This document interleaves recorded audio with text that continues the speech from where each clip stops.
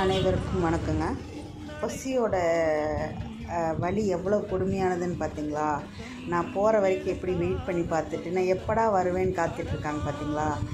கடைக்கு கூட்டிகிட்டு வந்தோன்னே அந்த சாப்பாடு தட்டில் போடுறதுக்குள்ளே அது எவ்வளோ பசி. இதெல்லாம் பார்த்தா தான் நம்மளுக்கெல்லாம் சாப்பாடெல்லாம் வேஸ்ட் பண்ணணும் அப்படிங்கிற ஒரு தோற்றம் வரக்கூடாது. நம்ம கொஞ்சம் மிச்சம் இருந்தாலும் பரவாயில்ல, அதை கீழே கவரில் கட்டி குப்பையில் வீசுறதுக்கு பதிலாக ஏதோ ஒரு தட்டோ ஒரு பிளாஸ்டிக் பேப்பரோ அதை போட்டு ரோட்டில் வச்சு அது பாட்டுக்கு சாப்பிட்டு போயிருங்க. இவங்க மேலே எனக்கு ஒரு கோவம். ஏன் தெரியுமா? மனுஷனை நம்பி ஏன் வந்த? தன்னோட வாழ்விடத்தை தொலைச்சிட்டு மனுஷனை நம்பி வந்ததுனால தானே நீங்கள் இவ்வளோ கஷ்டப்படுறீங்க. அதோட இடத்துல இருந்திருந்தால் அதுக்கானது அது தேர்ந்தெடுத்து அது சாப்பிட்டு அது பொழைச்சிருக்கும்.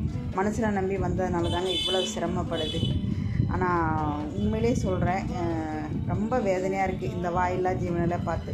முடிஞ்சளவுக்கு உதவி பண்ணுங்கள், உபத்திரம் பண்ணாதீங்க. நன்றி.